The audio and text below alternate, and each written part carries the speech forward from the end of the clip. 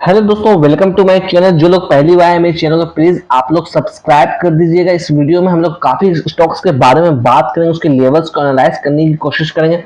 सबसे पहले आज हम लोग बात करने वाले हैं पेटीएम के बारे में, जिसे हम लोग 197 कम्युनिकेशन के नाम से भी जानते हैं। अगर हम लोग लेवल्स की बात करें तो इसके लिए डाउन साइड में स्ट्रॉन्ग सपोर्ट का लेवल्स निकलता हुआ आ रहा है 650 रुपए का।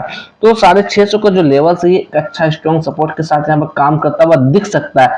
बट अभी हम लोग बात करें, काफी दिनों से ये नीचे ट्रेड करता हुआ दिख रहा है, इसमें अच्छी खासी तेजी देखने को मिली है यहाँ से। मगर जिस तरह का माहौल बना हुआ है वैसे सिचुएशन में कहीं ना कहीं स्टॉक में हल्की फुल्की करेक्शन हमें देखने को मिल सकती है। स्टॉक्स आपको डीप आता हुआ दिख सकता है इस लेवल के आसपास। अगर मैं बोलूंगा इसमें प्रॉफिट बुक करना चाहते हैं, डेफिनेटली आप बुक कर सकते हैं, क्योंकि काफी दिनों के बाद ये ऊपर का मूव दिया है। तो जिस तरह की तेजी देखने को मिली है उस हिसाब से कहीं ना कहीं इसमें तो करेक्शन होना ही होना है। और सेकंड चीज जो हमारे लिए निकलती हुई आ रही है, मार्केट क्रैश की वाली सिचुएशन।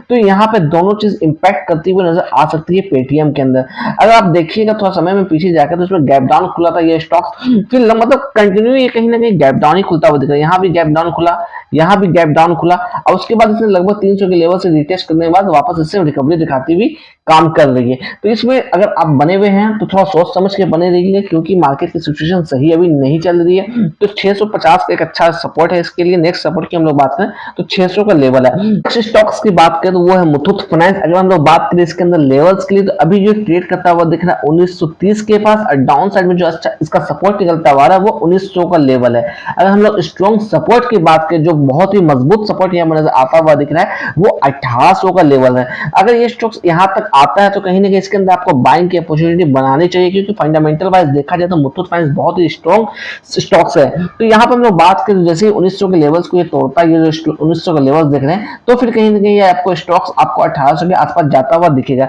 मगर कहीं ना कहीं 1900 के लिए अच्छा स्ट्रॉन्ग सपोर्ट है। तो होपफुली इसके अंदर आप थोड़ा सा वेट कर सकते हैं। अगर 1800 के पास आता है तभी आप एंट्री बनेगा, अदरवाइज आप थोड़ा सा इसे एनालाइज करिएगा, इसकी जो फंडामेंटल्स है वो सब एनालाइज कर लीजिएगा। अगर हम लोग अपसाइड के टारगेट की बात करें, पहला टारगेट हमारा इसके लिए 2000 का होना चाहिए। बट अभी इस वीडियो में हम लोग टारगेट की बात नहीं करेंगे, सिर्फ और लेवल्स की बात करेंगे, कहां तक ये स्टॉक्स आता हुआ दिख सकता है। सबसे इंपॉर्टेंट चीज है हमारे लिए कैपिटल्स। अगर हमारे हाथ में कैपिटल रहेगा तभी हम लोग यहाँ पे एंट्री कर सकते हैं या बाय एंड डिप कर सकते हैं। अगर हम लोग का कैपिटल ही नहीं रहेगा तो हम लोग यहाँ पर बाय एंड डिप वाली सिचुएशन में नहीं आ सकते हैं।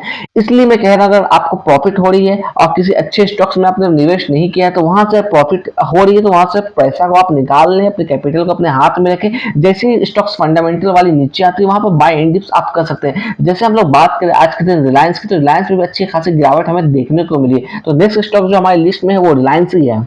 तो देखिए ये स्टॉक्स कल के दिन गैप डाउन खुले, तो उसके बाद आज भी इसमें गिरावट देखने को मिली है। तो ऐसे फंडामेंटल स्टॉक्स को कहीं ना कहीं आपको ग्रैब करने की कोशिश करनी चाहिए। इसलिए मैं बोल रहा हूँ, अगर आप कोई अच्छे स्टॉक्स में निवेश नहीं किए, अगर आप वहां पर पैसा अगर प्रॉफिट हो रही है तो वहां से निकाल के आप पैसे को कहीं ना कहीं फंडामेंटल स्टॉक्स के अंदर लगाइए। इसके अंदर भी देखिए, आप कल के दिन हम लोग बात करें तो वहां पर गैप डाउन खुला, तो उसके बाद देखिए आज के दिन में यहाँ पर मार्केट में गिरावट हमें देखने को मिली है रिलायंस इंडस्ट्री के अंदर। अगर हम लोग बात करें तो ये स्टॉक्स हमारा लगभग 3000 के आसपास ट्रेड करता हुआ दिख रहा है। वहां से आप देखिएगा भी कितना ये स्टॉक गिर चुका है। ऐसे फंडामेंटल स्टॉक्स को आपको तलाशने की जरूरत है, जिसके अंदर आप निवेश करते हैं तो जल्दी आपको कहीं ना कहीं रिटर्न आपको बना के दे। तो यहाँ पे मैं बात करूंगा डाउन साइड में, तो इसके लिए एक अच्छा सपोर्ट निकलता हुआ है 2700 का लेवल। नेक्स्ट सपोर्ट की हम लोग बात करें तो 2620 का लेवल।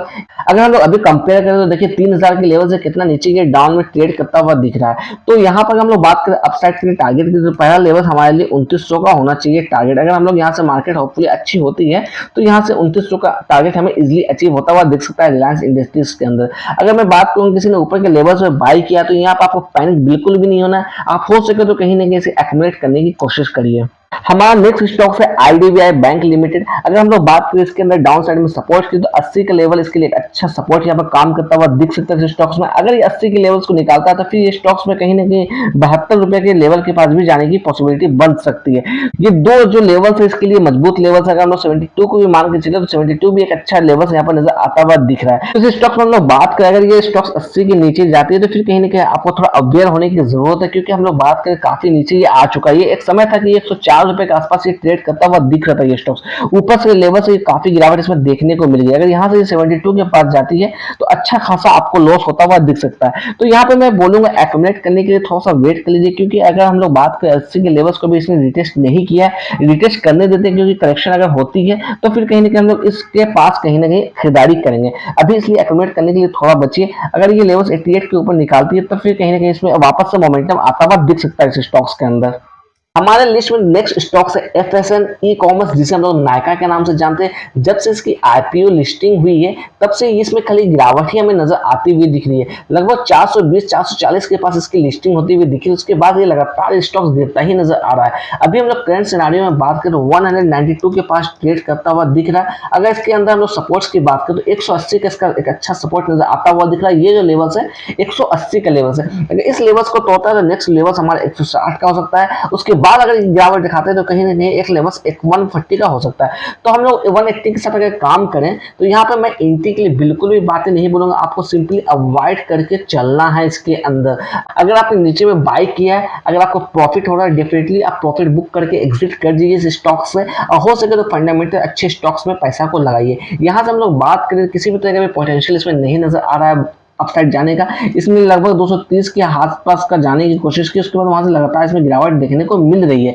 जैसा मैं बार बार बोल रहा हूँ वीडियो में कि आज के दिन मॉर्निंग में जैसा बाजार का हालात सही थी, मगर लास्ट सेशन में आते ही बाजार में भारी गिरावट देखने को मिली। अगर इस तरह की पैनिक वाली सिचुएशन बनी रहती है तो ऐसे स्टॉक्स में और आपको गिरावट देखने को मिल सकती है। अगर हम लोग बात करें, इसने लगभग 120 के लेवल से रिकवरी दिखाने की कोशिश की है, बट कहीं ना कहीं इसमें गिरावट वापस से आती हुई दिख सकती है। इसलिए मैं यहाँ पर कहना चाहूंगा थोड़ा सा आप नायका को अवॉइड करके चलिए। अगर प्रॉफिट हो रही है तो डेफिनेटली आप प्रॉफिट बुक करके अपना पोजीशन को एग्जिट कर लीजिए। मैं कहना चाहूंगा जो लोग मेरे चैनल में पहली बार मेरे चैनल को प्लीज आप लोग सब्सक्राइब कर दीजिए, जिससे मुझे भी मोटिवेशन मिलती रहेगी और मैं आपकी ऐसी फंडामेंटल स्टॉक्स लाता रहूंगा, आपको लेवल्स एनालिसिस बताता रहूंगा।